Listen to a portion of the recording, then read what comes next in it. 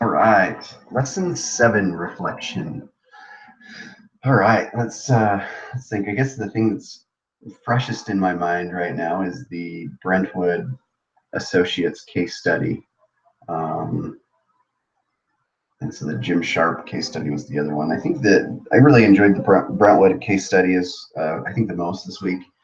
Um, I think IPOs and whatnot kind of fascinate me, and so I really appreciated the opportunity to delve into that a little bit more and what goes into that and kind of the stresses. I think from a private equity firm's perspective, like Brentwood, you know, their desire to try to turn their capital as quick as they can and make a profit and kind of that balance of how long do we keep our funds in here and when do we get out. I mean, I kind of like that whole scenario and getting a better perspective of what they kind of go through as a private equity company.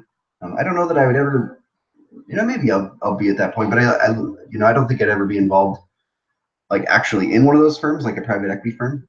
But I could definitely see myself approaching a private equity firm for funding. So I appreciated that kind of perspective, gaining that perspective through this case.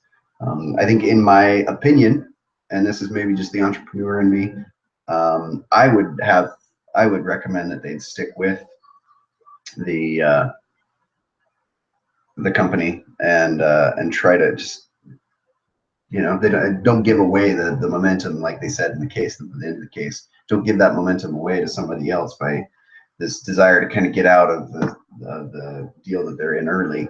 I feel like there's definitely potential there that if they can get over this kind of the remaking the profit or the investment that they put into the company, they took all these profits and whatnot and kind of put it back into the company to develop it and to make it a little more future proof or whatever. And I feel like if they just hold on a couple more years, that they'll be profitable. But I do see the benefit to maybe selling a minority portion of the business um, to another company or investment firm that wants to come in part just a minority portion of it. And I just feel like the end payout would just be much better for Brentwood if they just stick through it. But anyways, it was a really good case. So that was kind of the highlight for me this week, and I really appreciate it. So look forward to next week.